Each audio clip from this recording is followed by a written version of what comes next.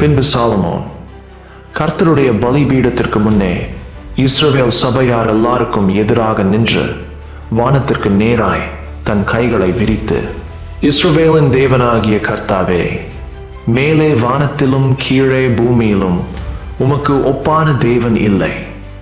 தங்கள் முழு இருதயத்தோடும் உமக்கு முன்பாக நடக்கிற உமது அடியாருக்கு உடன்படிக்கையையும் கிருபையையும் காத்து வருகிறீர். என் தேவனாகிய கர்த்தாவே, உமது அடியேன் என்று உமது சந்நிதியில் செய்கிற விண்ணப்பத்தையும் மன்றாட்டையும் கேட்டு உமது அடியேனுடைய விண்ணப்பத்தையும் வேண்டுதலையும் திருவுளத்தில் கொண்டருளும். உமது அடியேன் இவ்விடத்திலே செய்யும் விண்ணப்பத்தை கேட்கும்படி என்னுடைய நாமம் விளங்குமென்று நீர் சொன்ன ஸ்தலமாகிய இந்த ஆலயத்தின் மேல் உம்முடைய கண்கள் இரவும் பகலும் திறந்திருப்பதாக. உமது அடியானும் இந்த ஸ்தலத்திலே விண்ணப்பம் செய்ய போகிற உமது ஜனமாகிய இஸ்ரவேலும் பண்ணும் ஜெபத்தை கேட்டருளும். பரலோகமாகிய உம்முடைய வாசஸ்தலத்திலே அதை நீர் கேட்பீராக, கேட்டு மன்னிப்பீராக.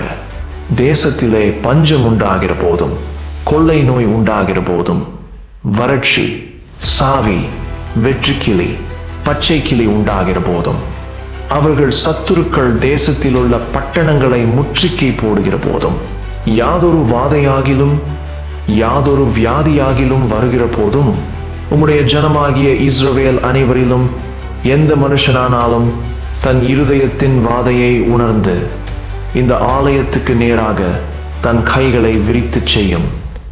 சகல விண்ணப்பத்தையும் சகல வேண்டுதலையும் உம்முடைய வாசஸ்தலமாகிய பரலோகத்தில் இருக்கிற தேவரீர் கேட்டு மன்னித்து, தேவரீர் எங்கள் பிதாக்களுக்கு கொடுத்த தேசத்தில் அவர்கள் உயிரோடு இருக்கும் நாளெல்லாம் உமக்கு பயப்படும்படிக்கு தேவரீர் ஒருவரே எல்லா மனுபுத்திரரின் இருதயத்தையும் அறிந்தவராதலால் நீர் அவனவன் இருதயத்தை அறிந்திருக்கிறபடியே அவனவனுடைய வழிகளுக்கு தக்கதாக செய்து அவனவனுக்கு பலன் அளிப்பீராக. பரலோகத்தில் இருக்கிற தேவரீர் அவர்கள் விண்ணப்பத்தையும் வேண்டுதலையும் கேட்டு அவர்கள் நியாயத்தை விசாரிப்பீராக. இஸ்ரவேலின் தேவனாயிருக்கிற கர்த்தராகிய தேவனுக்கு ஸ்தோத்திரம் உண்டாவதாக. அவரே அதிசயங்களை செய்கிறவர்.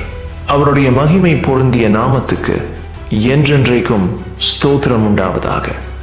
பூமி முழுவதும் அவருடைய மகிமையால் நிறைந்திருப்பதாக. ஆமென், ஆமென்.